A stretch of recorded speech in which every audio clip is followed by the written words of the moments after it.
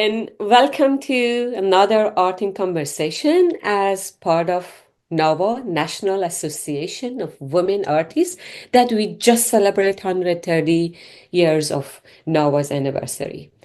And for our today artists and NOVA members, we have this brilliant artist, Phoebe Legere. My name is Phoebe Legere. I'm Mm. a multidisciplinary artist, and my art encompasses painting, music composition, writing, performance art, and I'm the president of the Foundation for New American Art, a nonprofit. Foundation for New American Art is a 501c3 charity. We make aesthetic activist interventions to bring about real social change. And before we start, I love your outfit and I love all those beautiful accessory you're wearing. And yeah, I can't wait to see what you're doing as artist.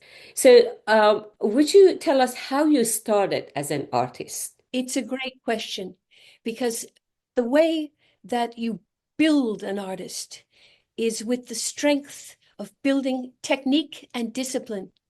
I began oil painting at age 5. My parents were both professional artists, and my father was one of the great art teachers teaching at what is called the Museum School. It's the art school attached to the Museum of Fine Art. And my mother was a very successful commercial artist and portrait painter. Mhm. So I had a father working in a very pure area of fine art with the loftiest social ideals of justice and truth. And my mother was all about design and advertising and branding. They started me very young. And for my parents, the most important thing in the world was drawing, building a strong basis in drawing. And it remains the fundamental core of my art practice. All my life, I've been trying to break down the barriers between art forms because though my parents were visual artists, my grandparents were very accomplished, very super gifted musicians. Oh. So like I was like a child that grew up speaking 2 languages. I learned art and music so young. I started playing the piano at 3, Farrin. And so all my life, I've been trying to bring what my grandparents did so well together with what my parents were kind of obsessed with. They were kind of obsessed with the arts. So I grew up in a very artistic atmosphere and an atmosphere that was all about and choices and making a strong statement, making a moral statement even with your art. Can you tell us about some of your artwork? And I know you have different media from painting all the way to filmmaking, and I have some example of your work here. Would be really good if you share some of this story and the artwork you have here with us. Thank you. And yeah. My painting is extremely important to me. My painting is perhaps my dominant art form, even though I became a little famous in music. I wanted to keep my painting pure. I was able to make a living, a pretty good middle class living, playing music at night. So I Mhm. was able to paint with the sunlight. I had my days free. So it was a perfect profession for me. Here you see me playing the accordion. I play 7 instruments, Farron, Oh, including wow. the one that I invented myself. My paint strokes are like energy trails that I hope will define my moral and political positions. And you see a good example of it here. This is me playing the accordion, but you see that the water is rising. It's coming up over my knees. And there is a fish leaping up, Mhm. almost warning us about climate change. The one of the main features of climate change and the increased carbon in the atmosphere, our cars. And here's a Ferrari. Here's a Ferrari that uses fossil fuels. So you'll see me referring to fossil fuels and the danger. in a lot of my paintings. So this painting, if you want to look at the techniques that I'm using, it's oil. You also see that I've used my hands. You see that blue shape behind my head, all those Mhm. blue shapes dancing around? That's just the motion of my hand. And I really believe that uh, art is art is in the wrist. Mhm. And so I like to add that movement. I'm always trying to put movement into my paintings. One of my teachers was Hilary Knight, who Mhm. was the illustrator for the book Eloise at the Plaza. He's still alive at 98. I just went out and visited him in California for his 98th birthday. He was a tremendous influence on me. He studied with Reginald Marsh, who was Okay. a great American painter who brought movement into his figures. And Hilary's father studied with George Bellows. Bellows did uh, the famous paintings of boxers, all on diagonals, showing tremendous dynamism, torsion in the figures, and movement that comes not only from the anatomy, but from design features that give us a sense that a painting is alive. Yeah. Wow, fantastic. I mean, your painting is alive. I was just looking at this, which is it's three-dimensional. I was just curious how you make this. What are your three-dimensional work?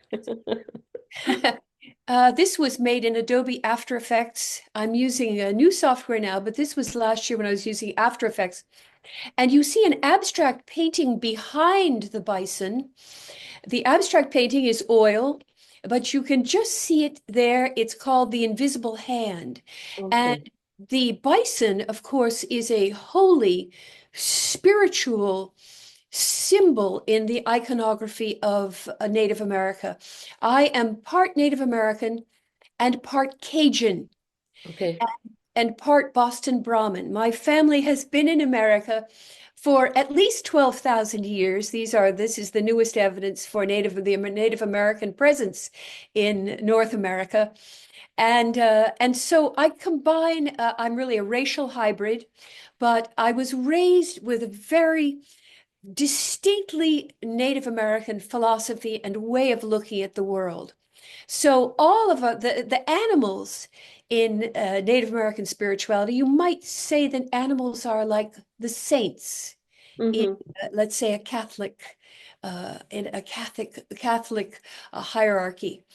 There's saints, and this is a spirit bison. You can see that he has become transparent.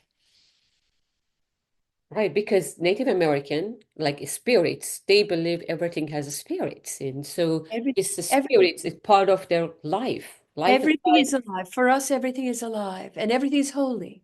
Yeah, so that's God is everywhere. right. So this is really makes sense to make it transparent, which is how Thank you. spirit is, right? I Spirit can't is wait spirit to read and your form. book on the spiritual in art. I'm absolutely fascinated because Yeah. to me, uh, art is God is the great artist. We can't even conceive of the magnitude and the number of dimensions of God is working on multi dimensions simultaneously. God is the ultimate multitasker. Exactly. And you might say goddess or God. Clearly, there are no genders in heaven. He Yeah, I mean, it's he God. said, It's, I yeah, mean, every God, I mean, the definition of God means higher power. And exactly. this higher So power, everybody has a definition for it, and every culture, every religion has a terms or names for it. But all believed on this higher power, right? A higher supernatural power that has supernatural abilities. And that's how we define God.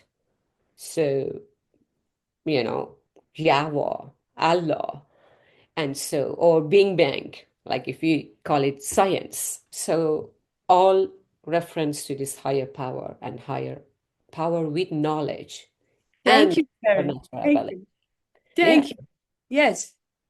So, The next image is called Looking East.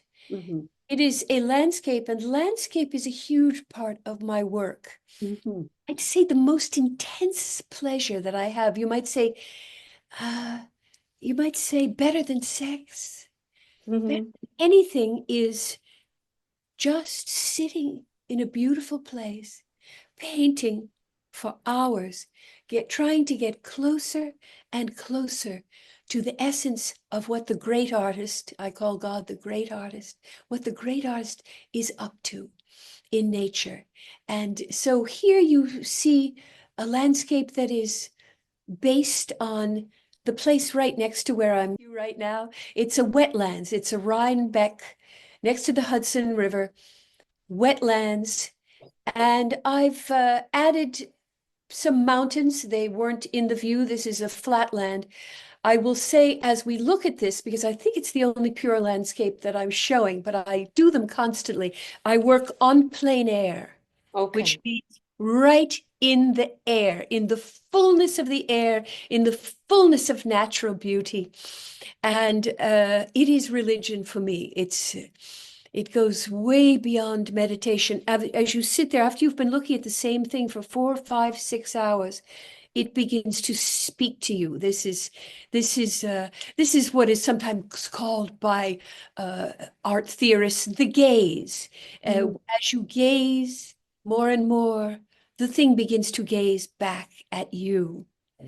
And I will say, in terms of my own education, my parents were the principal influences on my style, teaching me how to draw and paint and how to mix colors, oils at a very early age. But then I went to Vassar College, Mhm. where I was able to study with one of the great connoisseurs of Rembrandt drawings and Dutch 17th century drawings. I know I can speak to you this way, Farrin, because you love art history as I do. And studying the great 17th century landscape drawings, which were done with quill pens. And I, by the way, I make my own quill pens from feathers. That could be a whole show. I didn't want to get into that. But when you work with a quill, this is a combination of oil and ink with a quill, which I do on plein air. When you work with a quill, it becomes an instrument of your perception. Painting is like a dance along the knife edge of perception. And Mhm. so the quill is very flexible and you can keep carving it to be thinner or thicker. You cut the nib, quite extraordinary. And I make my own inks too. We can talk about that later. So then, I should put you in contact with some of our colleagues in Nova that they do tools and technique. yes, That would I be love it. It's fantastic. It thrills me. It thrills me. And I make my own paint from berries. oh, This fuchsia that you see in the back is from a mulberry tree that grows on 11th Street in New York City in a little park. See it? oh, wow, Aha, yes, that's fantastic. mulberry. Yeah, wow, very So if we go interesting. to the next image, uh, which I think is important. You see the bison. I love bison.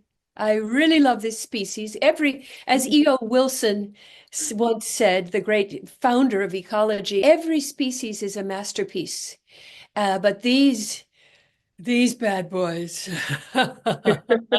these really have spiritual and physical power. So I went to Yellowstone and drew the bison over a whole summer, the wolves and the bison. And you see that I've paired the bison with an abstract shape. There Yeah. is an eagle feather tied to the abstract shape, and the eagle feather is blowing in the wind. Yes, you got it, Farron. Thank you. Hmm. Wow. So that reference to these spirits of Pisons, as well as the spirit of nature, how they are connected, right? This is a 15-foot, 15-person movable sculpture that I made from junk cars, and I cut 1,000 feathers from iced tea cans. Oh. It can currently be seen in the parking lot of the Nevada School for Art out Mhm. in California. So that is an interactive, moving eagle puppet that you can ride. You see, I'm driving it, and the head is moving from left to right. The armature of the beak, it's very hard to draw an eagle beak. It's actually based on the golden section. I can teach you how to do it sometime. Um, that armature of the beak is made on 3 different sizes of bicycles, a child's bicycle, a woman's bicycle, and a man's bicycle. So it's like the Trinity. Here's an eagle with an axle. It all came, I did about 500 drawings to figure out how to do this. And so that could be a show in itself. I did make a movie about it called The Making of the Shaman Cycle. The idea came to me in a dream, and I had no idea how I was going to do this. I learned how to weld and braze and forge, and I assembled a team of people who helped me with some of the heavy lifting. I had to get an axle from a Toyota Tacoma truck in a junkyard. I don't know if I'd ever been to a junkyard, but I learned how to use a wrench, and it just brought me to a whole new place in my practice. So this is why I tell young artists, and part of my practice, some part of my social and political practice is to open doors and open the eyes of young artists. It's very important to move past your comfort zone. Yeah, And I mean, yes, you definitely moved past, so past. yes. Your And comfort. people said it could not be done, and I did it. Yeah. Wow, wow, fantastic. I can't imagine how much time and effort you put in that. Thank In you, all Farrin. your work. Thank you for recognizing me. I appreciate it so much. Just put my Appreciate it. hands down here. I can see myself. I'm wearing the Abenaki hand beaded jewelry. Oh, let me just. I don't like to get carried away with my appearance because it's a big distraction. It's I have the gene for grooming. I inherited it from my mother. My mother was the most beautiful woman in the world. Men were still running after her when she was in her late 90s. And she just died recently. I miss her Oh, terribly. And she really was the greatest artist I've ever known. She just beat everybody, could draw wow. so beautifully, could draw anything right out of her mind. So Yeah. let's go to the next one, because this is about women. This is called Woman. This is my most recent work in this group of works. I just did it. It's 2025. You can see that I used a lot of black and white, which always makes things very powerful. It's so important to make strong statements. This is the way a lot of women feel. This is the way I feel very often. I want to be almost encased. I want to be protected. The world has hurt me so much. And you'll see in my next painting what I'm talking about. But so many of us, this is on the left, this is a rape. This is my memory of a real rape, and you're only seeing about 3/4 of the painting. The genitals are shown in the real painting, but you'll have to go to a protected area on my website to see that. I work with children, so I have to be careful about what I show. But this painting has a place for a knife. Maybe you can point at where his fist is. You may be able to see the slit, Farrin. Yes, I can put a knife in there, and you'll see he held a knife to my throat. And we don't have to go over that. A tremendous amount of art and movies are a type of obscene pornography that exploits some people's love of violence toward women. So that is not what this painting is. This painting was me trying to exorcise and heal, being the victim of extreme sexual violence, very, very bad. And it wasn't the only time that it happened to me. I was a teenager at Epic Records in the music business. And so you can imagine that the abuse, emotional and sexual, was very intense. But what these two paintings show is the fact that I was trained to understand Impressionism and Post-Impressionism. In other words, the way in which shadows are made of color theory, the way in which shadows are made of many different colors, the way in which a form is really all defined by color, and the breaking up of color in light. Okay. She's Wave Woman. This woman, this is the way in which, Farrin, painting is a story that may defy all the physical laws of gravity. It may defy every expectation, and yet a painting is always true. So here is a woman in a wave, It is Wave Woman. And since you know a little, since you have a Persian background, I remind you of Marduk, the primordial god who Hmm. killed the goddess of the salty sea and Yeah, used her carcass to create heaven and earth. yeah, So Tiamat, right? again, Marduk kicked yeah, Tiamat Marduk, yes, is Babylonian. And and cut her in pieces into yeah, exactly. So here you see Wave Woman who is dissolving, who is being cannibalized and dismembered so that her body can be used to nurture the earth and the children of the earth. This is a similar story for Native Americans. It goes all across different tribes. It's called the myth of Corn Mother, where the people were starving. The people were given in a dream the idea to kill Corn Mother and drag her body along the furrows of the dirt because her children were starving. So the tears become the corn kernels. These are from my retrospective, my solo show at the Bundy Museum, and it was called Vanishing Women, Evanescent Landscapes. This is about the missing and murdered women and girls from indigenous communities. I'm sure you've heard about it, Farrin. So here you see what I call quantum painting because I can see the woman hovering like a specter on the landscape. That's, by the way, that landscape was the Charles River. I did a whole opera about the Native American Holocaust Mhm. and Queen Wetamu, one of the great chiefs. Uh, and so on the right, you see a woman, and her eyes have become the sky. Mhm. And she's with her child. You see the sacred drum, and you see the corn next to her. Mhm. So Wow. this is an example of how um, madness and terror and disorder and murder can feed the sublime. Yeah. Wow. Wow. Very interesting. Very strong and touching work. I mean, your work are more a statement. Thank you, More. Karen. Thank you. Thank you. Well, we're living in an age of extinction, and if you're not making a moral and political statement with your art, then you're just not worth a damn, in my opinion. So here is a painting of roses. It's called Universe of Love Within a Rose, and it can also be called the Holy Clitoral Scroll. So poetic.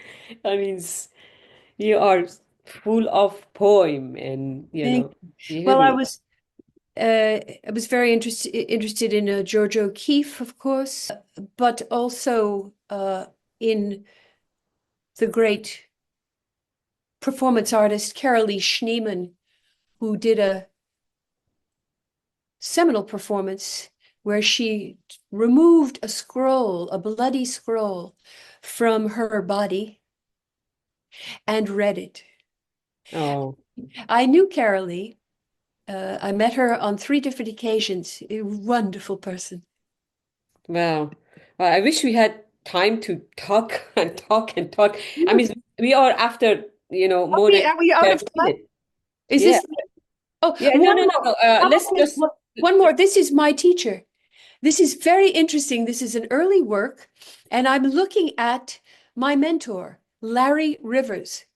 So you see, I have a lot of abstract work. I love that. I mean, that's like improvisation. That's like riffing in jazz. But Larry was really a member of the New York School. He was a young member of the Abstract Expressionists, knew Willem de Kooning, knew Jackson Pollock, got drunk with them, shot up with Charlie Parker. Larry was a lifetime junkie. I don't do any drugs and never have, by the way. That's why I think I'm so healthy and alive. But here you see me looking at Larry, and he was my teacher, really very generous in encouraging young talent. Hmm. And I picked up a lot of tricks from Larry. This painting shows, just as I'm meeting Larry, before he influenced me. East Village Expressionism was the dominant style in the East Village at that time.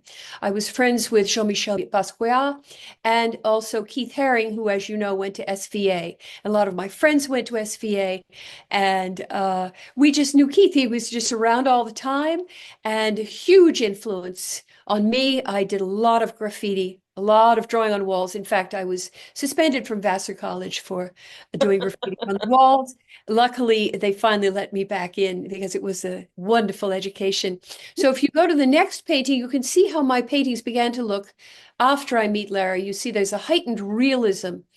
And this painting is quite recent. You can see the impressionist aspect of the water. You can see a constant icon for me is the goddess of liberty, the goddess of freedom, the Statue of Liberty. In a sunset, there is a bull. The bull of greed is charging the artist. And you see me there rising up in the sky. Maybe you can point that out to them. I don't know if they can see above the bull's horns. This is what happens to a bullfighter, actually, if they're actually charged. You go up in the air. And I'm going up to, I'm dying. I'm dying. And you can see that the Statue of Liberty is holding a paintbrush.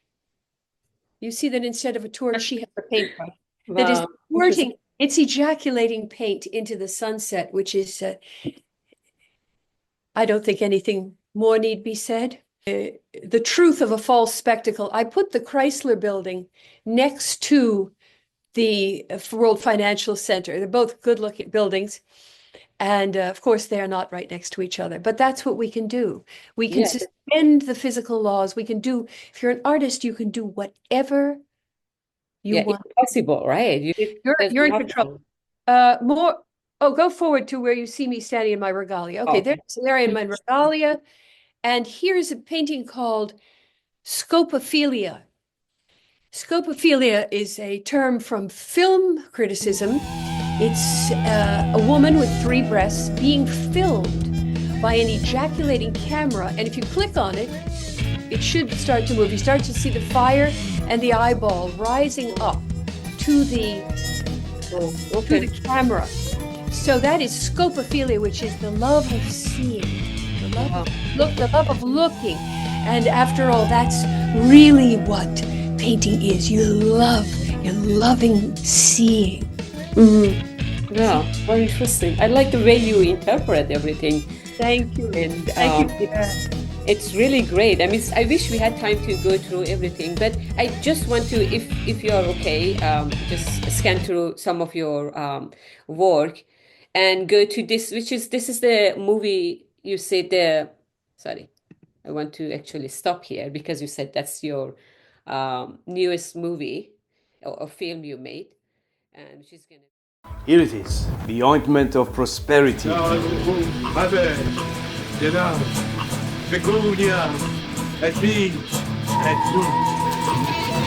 I challenge your views on gender, Dr. Pants.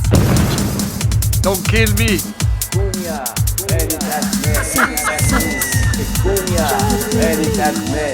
Herrschaft und Knechtschaft, master and slave. Come posso servirla? Wow. So I really, as Mackenzie, who the office manager of NAWA, is listening, I believe, and as she knows, editing is extremely labor intensive. I did all my first music videos by myself. The Epic Records, as I said, thought that I was too ugly, and they were pressuring me to standardize my look. I do have a Native American look. I do look a little different from normative ideas of beauty. And so I had to learn how to film myself. And editing is very difficult. Animation is very fun. And directing is a gas. It's like playing dolls. And you get to, if you're the writer, you get to tell people what to say and what to wear. And I made all the costumes in this movie too. Wow, Many of very, them were very nice. made from junk that I found floating in the Venice canals. For they're made from paper. Here you see, I want people to know that I do paintings of men.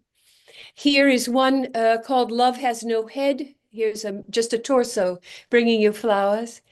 And then the Solstice Angel. Here's Poet's Walk. And Facebook canceled my account, which had almost 1 million followers because I posted Poet's Walk.